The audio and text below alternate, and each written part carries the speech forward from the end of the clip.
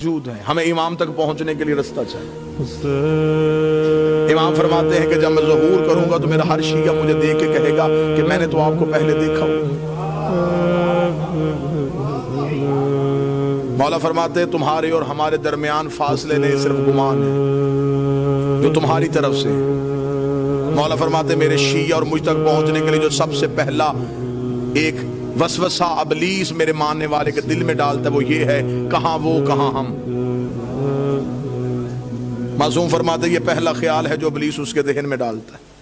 مولا نے پھر اسی خیال کا جواب دیا، مولا نے فرمایا اگر تمہارا یہی معیار ہے کہ کہاں ہم کہاں تم ہم سے مل نہیں سکتے، اگر یہی منزلت ہوتی کہ تم ہم سے ملنے کی وجہ تمہارا اور ہمارے درمیان یہ ہوتا تو کبھی بھی ہم اپنی محبت تمہارے دلوں میں نہ ڈالتے۔ ایک شیعہ نے مولا سے توقیع میں پوچھا، اس نے کہا مولا میں ملنا چاہتا ہوں۔ مولا فرماتے ہیں ہم ملتے ہیں تم پہچانتے نہیں۔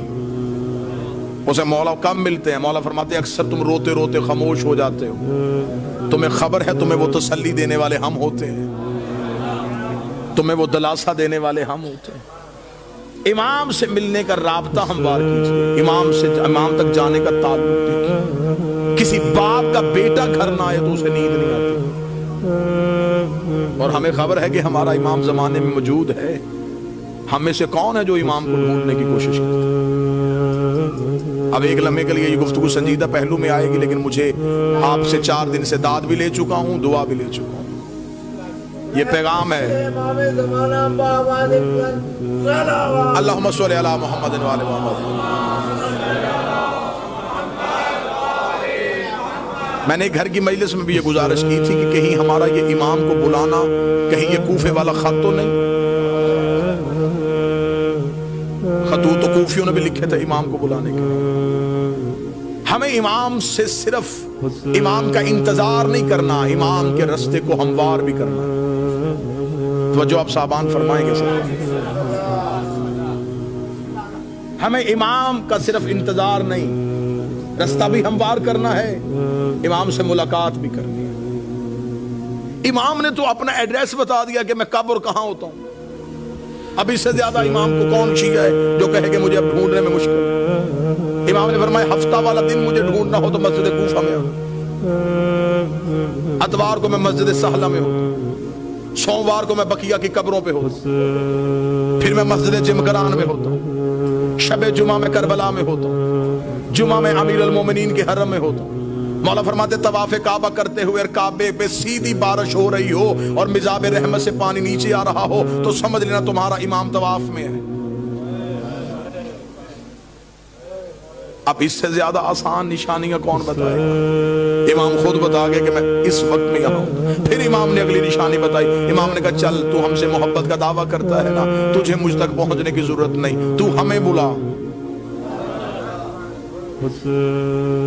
اتنا امام کی موجودگی کا یقین رکھو کہ امام فرماتے ہیں کہ دسترخوان میں ایک فرد کی جگہ خالی چھوڑو۔ تمہارے گھر میں بچے پوچھیں گے جگہ کس کے لیے تو کہہ دینا ہمارا امام موجود ہے۔ عرب کی ایک مستور برقع پہن کے سوتی تھی، مستورات نے کہا کیوں برقع پہن کے سوتی ہے؟ اسے کہا امام کا ظہور ہو گیا، برقع ڈھونڈوں گی یا امام کے لشکر میں جاؤں گی؟ ملاقات با امام زمانہ حسن ابتہی 2 جلدوں میں کتابیں لکھی ہوئی۔ کتنے لوگ ہیں جو امام سے ملاقات کر چکے ہیں؟ ایک عراق کا رہنے والا شیعہ ہر روز گھوڑا لے کے چوک پہ تلوار لے کے کھڑا ہوگا، لوگ پوچھے کیوں کھڑا ہے یہاں پہ؟ اس کا امام کا انتظار کرو۔ لوگوں نے اسے پاگل تصور کرنا شروع کر۔ ایک دن کسی نے مذاق میں کہا تو یہاں کھڑا ہے، امام تو وہاں آ چکے ہیں۔ اس نے اپنے گھوڑے کا رخ موڑا، دوڑا اور پھر کبھی بھی واپس نہ آیا۔ یقیناً وہ امام کے لشکر میں شامل۔ امام تو ہمارے اتنا کرو۔ ایک شخص نے ایک عارف سے آ کے شگید نے کہا کہ میں مولا سے ملنا چاہتا ہوں، مجھے کوئی عمل بتائیے جو میں کروں اور امام سے ملاقات۔ موضوع پسند ہے سر؟ یا علی مشکل، مجھے کوئی عمل بتائیے میں مولا سے مل۔ انہوں نے کہا عمل یہ ہے کہ رات کو تیز نمک والا کھانا کھا کے سونا۔ اس نے کہا کیوں؟ فرمایا بس تیز نمک والا کھانا کھا کے سو گیا۔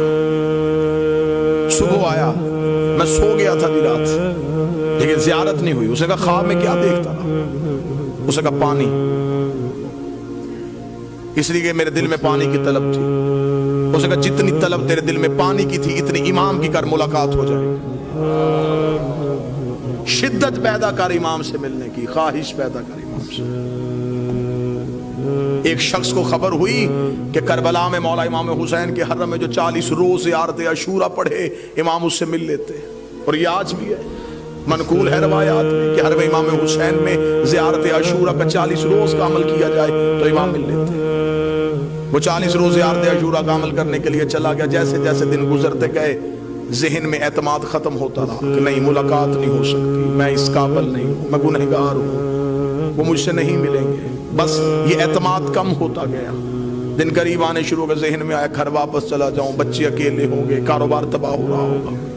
گھوڑے پہ بیٹھا اور حدود حرم سے نکلا. جب وہ کربلا سے نکل رہا تو گھوڑا سوار اس کے ساتھ چلا. گھوڑا سوار کی آواز ہے کہاں جا رہا ہے؟ کہنے لگا کوفہ. کس رستے سے جائے گا؟ خشکی کے یا فرات کے؟ کہنے لگا خشکی کے رستے. گھوڑا سوار کی آواز ہے پھر کوفہ میں ایک میرا کام کرے گا، ایک امانت ہے، وہ کوفہ میں ایک شخص کو دے دینا. کہنے لگا کیا امانت ہے؟ اس نے کہا کوفہ میں ایک ریان نامی شخص رہتا ہے، اسے یہ 40 دینار دے دینا.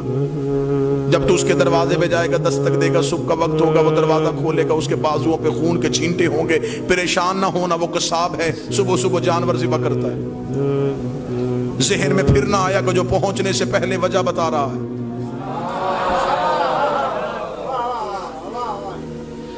اور یہ مولا سے ملاقات کا عارفین کہتے ہیں کہ سب سے پہلا جو کام ہوتا ہے جب مولا سے ملاقات ہوتی ہے، سب سے پہلے دماغ کی سوچیں وہیں پہ رک جاتی ہیں. یہ حجت سے ملاقات کی سب سے بڑی نشانی ہے.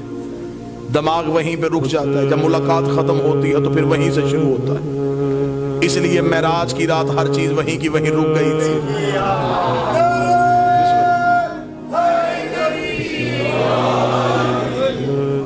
اب جب گھوڑا سوار واپس پلٹا تو اس نے آواز دے کے کہا، اس نے کہا اگر وہ پوچھے یہ کس نے دیے ہیں تو اپنا نام تو بتائیے. گھوڑا سوار کی آواز ہے کہہ دینا بقیہ نے دیے. میرے مالک کا لقب ہے بقیت اللہ. چلا گیا، جا کے کوفہ میں صبح پہنچا. اسی قصاب کے دروازے پہ دستک دی، اندر سے وہی شخص نکلا، بازوؤں پہ خون کے چھینٹے. دیکھیں گا مجھے خبر ہے تو صبح صبح جانور ذبح کر رہا ہے. کہاں سے آیا؟ کہنے لگا کربلا سے آیا ہوں. تو میرے دروازے پہ کیوں آیا ہے؟ میرے پاس تیری ایک امانت ہے، یہ 40 دینار کسی نے کربلا سے دیے، اسے کہا ریان کو دے دینا. آنکھیں کھلی کی کھلی رکھ، رک یہیں پہ. اندر گیا، لباس تبدیل کیا، وضو کر کے باہر آیا. کہنے لگا زحمت ہوئی تجھے میرے دروازے پہ، میں معذرت چاہتا ہوں، تجھے اپنے دروازے پہ روکے رکھا.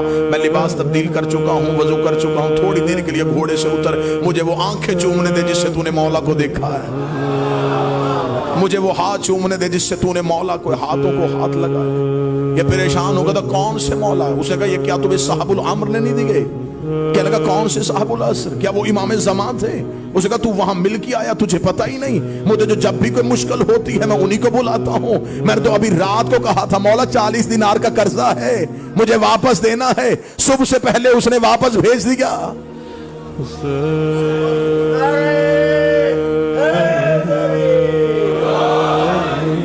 مولا فرماتے اتنا مجھ پہ یقین. جب تمہارا یقین اتنا بڑھ جائے گا پھر تم اپنی مشکل کسی کو بتاؤ گے نہیں. اب یہ محبت کا معیار ہے. امام فرماتے ہیں میرے شیعوں مجھ سے رات کو سرگوشیاں کیا کرو. سرگوشی کیا، تکیے کے سر رکھ کے اپنے دکھ مجھے سنایا کرو. امام فرماتے تو تکیے پہ سر رکھ کے مجھے اپنے دکھ سنا کے سو جا. صبح کا سورج طلوع ہونے سے پہلے تیرے دکھ نہ ٹالوں، مجھے بطول کا لال نہ کہنا.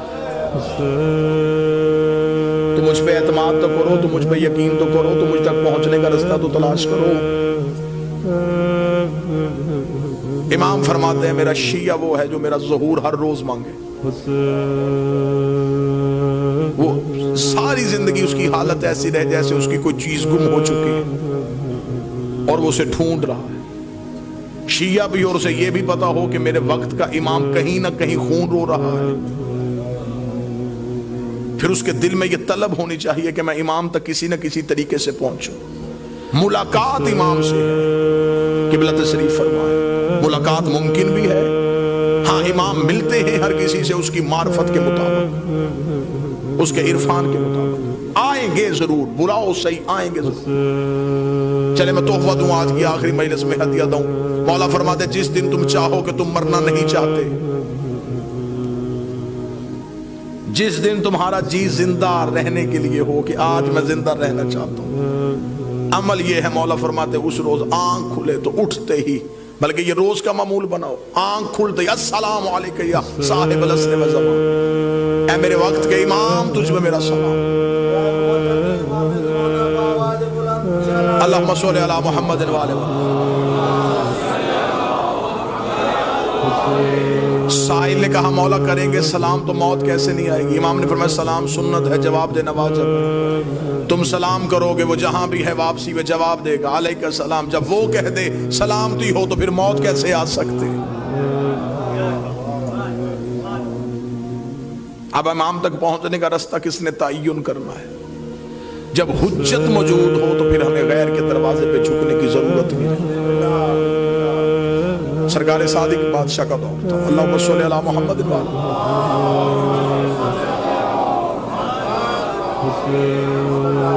ایک شخص نے غصے میں اپنی عورت کو طلاق دے دی، شہر کے علماء سے حل پوچھا، انہوں نے حل بتایا، تسلیم نہ کرنے کے لیے ذہن تیار تھا، اپنے شہر سے نکل گیا اور مدینے پہنچ گیا۔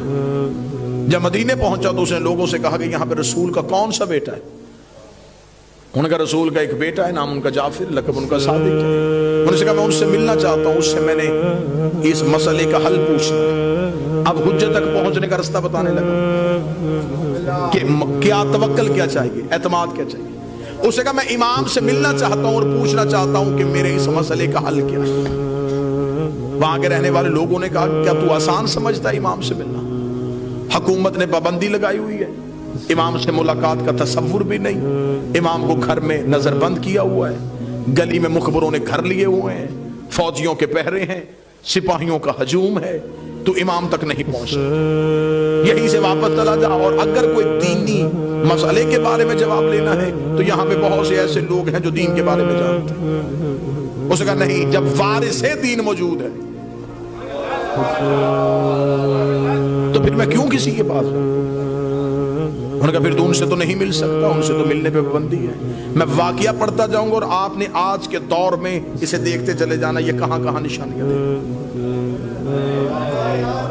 اس نے کہا جب امام موجود ہیں تو میں کیوں پوچھوں، میں امام تک پہنچوں گا۔ انہوں نے کہا پھر تو امام سے تو نہیں مل سکتا کیونکہ ان سے ملنے پہ پابندی ہے۔ اس نے کہا پابندی بتا رہی ہے کہ یہ سچا ہے، اس لیے کہ جھوٹ پہ کبھی پابندی نہیں ہوتی، پابندی ہمیشہ حق پہ ہوتی، لہٰذا میں امام تک پہنچوں گا، ہر صورت پہنچوں گا۔ اب یہ جب بھی اس گلی میں داخل ہو، فوجی روکے، سپاہی روکے، خوف میں آ جائے، ڈر جائے، واپس آ جائے۔ ایک کتاب میں روایت ہے 1 ماہ، ایک میں روایت ہے 3 ماہ تک مدینے کے باہر، ایک سوال کے جواب کے لیے